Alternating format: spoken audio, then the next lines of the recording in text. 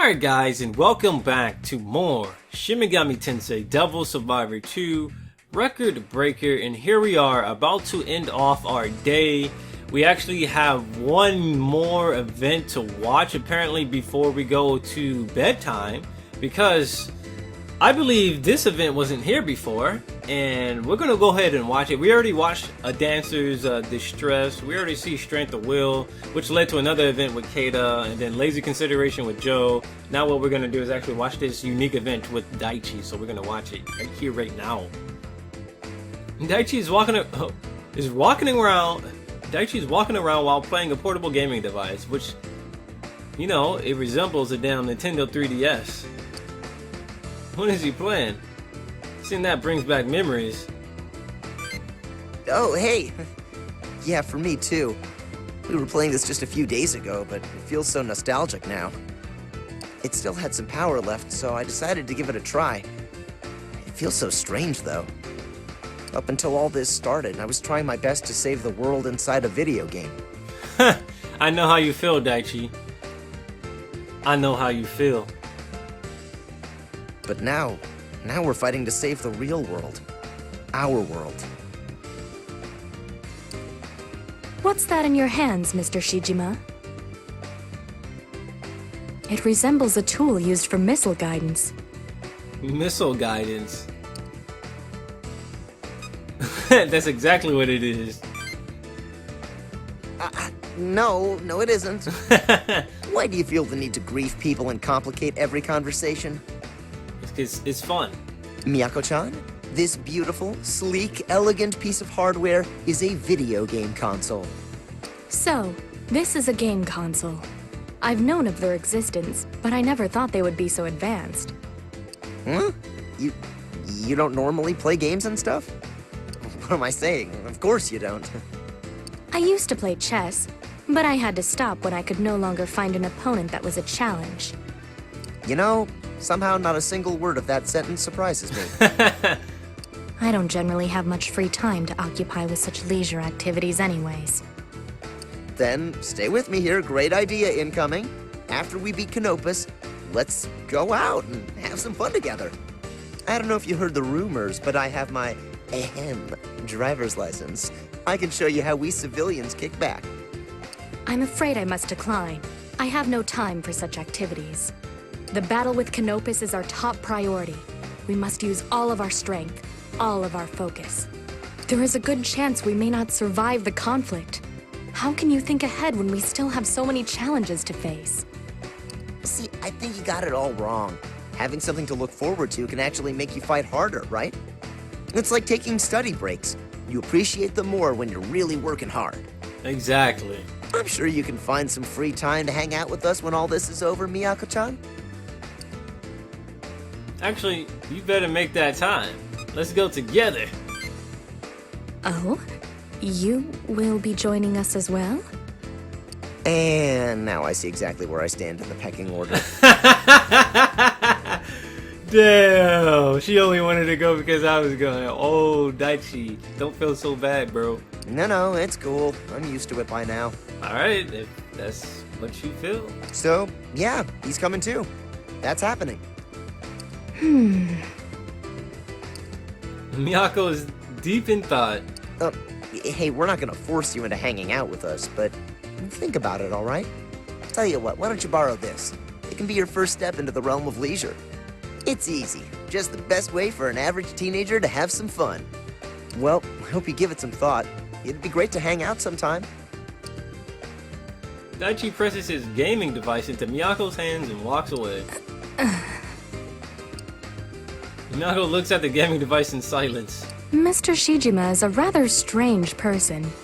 Speaking with him makes me feel as though this upcoming battle with Canopus is of little consequence. He manages to brighten up everyone's lives and makes people smile. It's a very unique gift. This is best quality. He's really rather foolish. This is best quality. His best quality? I see. It is exactly as I expected from someone who could call himself your friend. Well, I can't get rid of him. Let's say he's my best friend. That seems a wonderful thing to have. Miyako looks at the gaming device and smiles quietly. Several minutes later, you hear Miyako raging at some kind of boss battle in the game. She keeps yelling, Minotaur, damn this Minotaur cheats. Alright, anyway, looks like we've got one story event to view here. It's called 3 Paths, the 3 Paths of Pain. I know it's the 6 paths, but hey, it's only 3 here. You know, that's all we could afford. You find everyone gathered at the entrance. Alcor and I are nearly finished with the terminal. Good stuff. With some final adjustments, we should be able to use it to reach Canopus.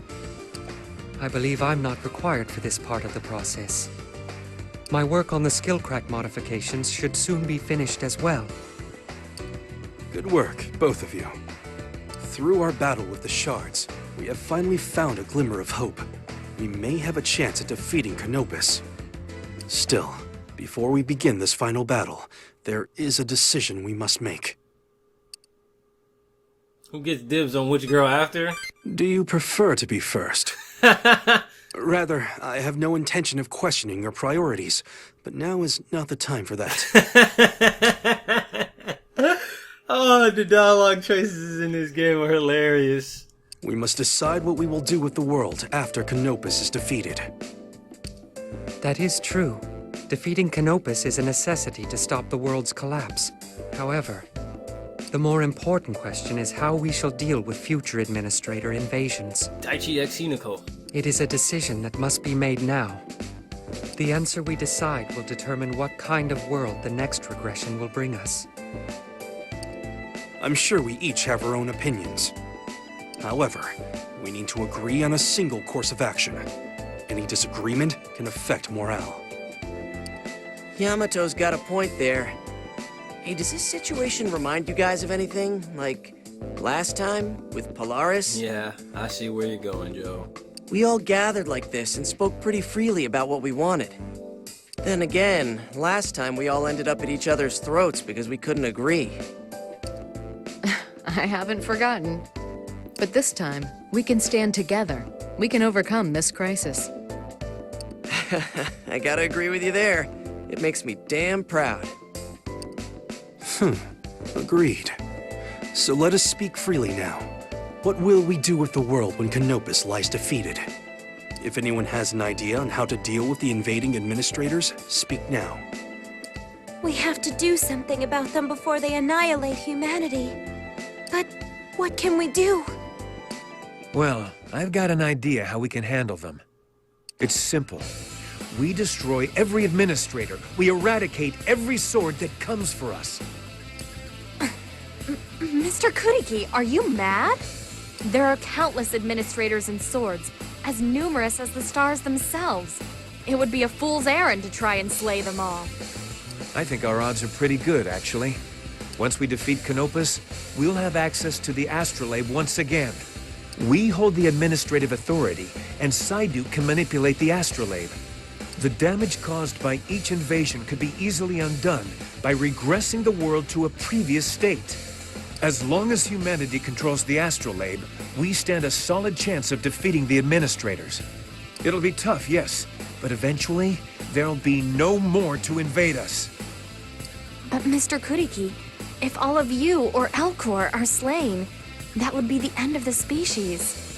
The astrolabe requires all the administrative authority and Alcor to function. I could not manipulate the astrolabe. Much of my existence is human after all. Well, if that's the case, we just have to make sure we keep ourselves and Psyduke safe. I'm totally down for this. It's pretty freaking simple. All we gotta do is kill the damn monsters that try to kill us, right? Besides, it really pisses me off that these dumbass administrators get to decide what happens in our world. This world belongs to humans. We make our own decisions. That's my point. This is our world. We don't need administrators. Kata is now on Ronaldo's side for this arc, which is pretty interesting. And as long as we reject their rule, we control the astrolabe. After they're gone, we can still use the astrolabe to improve the world, end all suffering and poverty. It'll even be possible for us to restore the environment to its original state. We can improve our science, advance our medicine, heal those that suffer from incurable illnesses. The power of the astrolabe shouldn't be used to lord over humankind. It should be used to help them prosper. It'll be a long and arduous battle, but imagine what humanity could gain from victory. True. Controlling the astrolabe would be a great boon to mankind. See? Sako agrees. What about the rest of you? I like it. Sounds solid. Not convinced. You don't seem convinced. Keep it in mind. So, any other ideas? To fight a nigh endless onslaught of administrators and swords. I suppose that is one possibility, Shining One. What do you suggest, Psyduke? You know, tell him what we discussed earlier. Ah, yes. It is possible to appoint a human as administrator, and have them ascend to the heavenly throne. A human administrator? Is that even possible? It is, though to do so, we require the reactivation of all functions of the astrolabe. By rewriting the data in the Akashic record, we could change a human into a being more like me, which would allow them to ascend the throne. I see. And we could use the Triangulum I captured, repurposing them into this administrator's swords. We could do all that with the power of the astrolabe. It is like my plan, but will not require the multitude of sacrifices. Correct. Moreover, should a human take the throne, there is no worry that they would wish to harm mankind. He or she would, in essence, be caretaker of the world. A human governing the human world. So that is the future you seek. Correct. But I should stress that the human who takes on this role will shoulder a heavy burden. They will have the power to reshape the world, and the responsibility to guide it. If they wanted, they could alter the world however they please. But should the world take a turn for the worse, all responsibility would rest upon them. A heavy burden indeed. Although, if one of sound morals were to take up the throne, the world could turn out beautiful. True.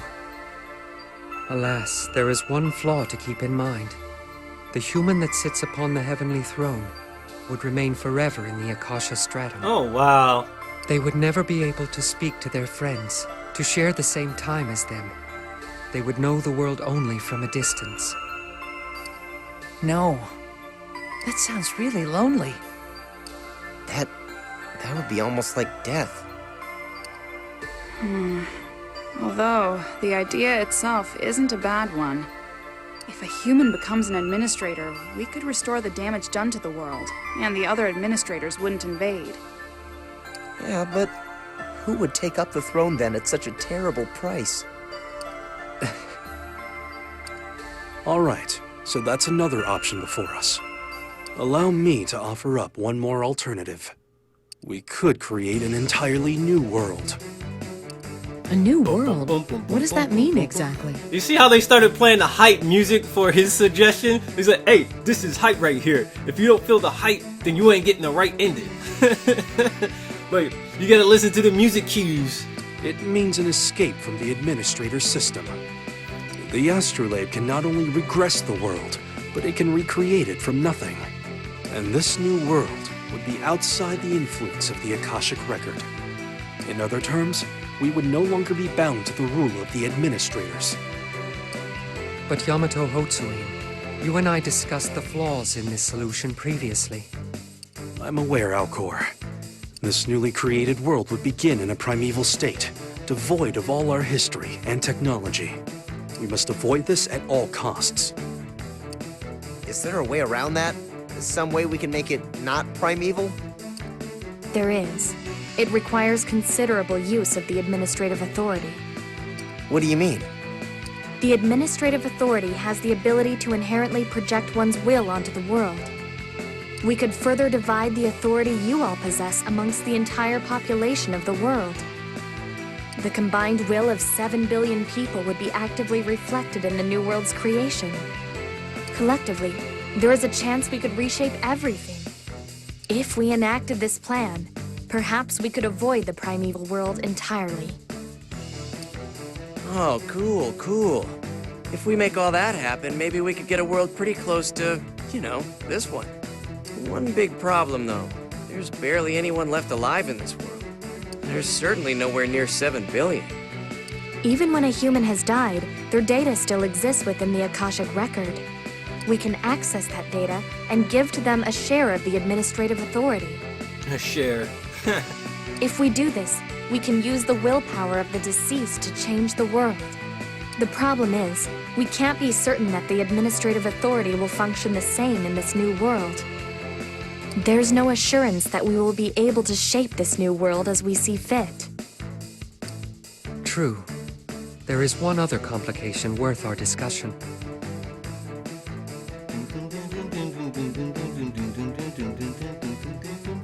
I'm sorry, guys. I was into the music. If we are able to use the authority to reshape this new world, it will be forged by the will of all people. So we won't just get people with good intentions. We'll get the will of evil people, too. If it turns out that humanity is predominantly wicked, frightened, desperate, we'll get a world that will reflect that. Yes, that's correct. And the world we make would be permanent. There'd be no chance to recreate it again. After all, if there's no administrator system, there will be no astrolabe. With no astrolabe, there'd be no regression. We'd never be able to modify the world or return it to a past state. But consider the alternative scenario. It might be a better world than this one. The will of 7 billion people, all wishing for some form of happiness, would be imprinted upon it. We're basically betting the fate of the entire species on a single roll of the dice. It is surely dangerous, but I think it is a risk worth taking. To strive for success, one must take calculated risks. Does anyone have any further ideas? Everyone falls into silent contemplation. Well, we can just kill ourselves. Like, hell no, we already did that. That was the worst ending possible. Whoever said that, kill yourself. No. Damn it, someone start the music. Well then, it seems these are our 3 best theories. Now we must choose one. Brother, wait. I'm sure everyone needs time to think before we commit to a solution. Why don't we allow them all a moment to ponder this rather than forcing them to decide right now? You have a point. Shining One, which path would you choose? I believe that no one would dispute your appraisal of the situation. He's right. I mean, you aren't our fearless leader for nothing. As long as you're with us, I think we could survive any world. Your friends and allies nod in agreement. It seems as though your opinion will be the deciding factor for all of us. We don't have long before the Void takes this world. You will have to decide before then. I've already decided, Yamato. As for the rest of you, make your final preparations. Battle awaits. Everyone heads off in separate directions. Now the thing is, I'm not even gonna leave off on a cliffhanger, because I made my decision about a week ago. AKA, I'm gonna go speak with Miyako. You go to talk with Yamato and Miyako about the fate of mankind. So, have you come to a decision? Yup. Then again, the only logical course of action would be to follow the path I have laid out. My brother is correct. The plan has its share of risks, but a new world presents the best future for mankind. You two are getting along suddenly. Nonsense. More importantly, we must decide what to do with this world. The administrator system is the sole reason why humankind now stands on the precipice of extinction. In order to completely escape it, we must create a brand new world. Alright everyone, give me a second. I gotta let my cat out. The cat is being dumb.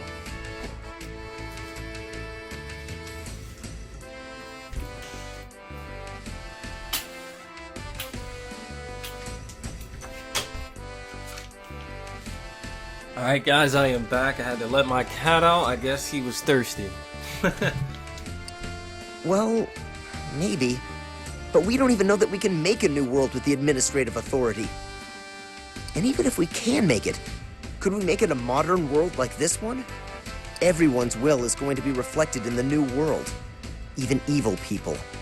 The world could end up totally messed up. You are correct. The world would reflect the individual wills of 7 billion people.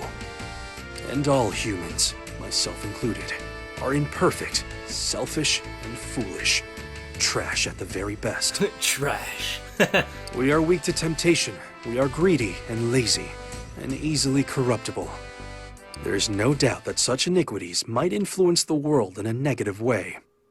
But we cannot know for certain, and I feel this is a chance worth taking. Why? Because even the lowest of mankind has the potential to grow and change. Potential. I've been saying that word since the beginning of the playthrough. Potential, growth, change. Come on, bro.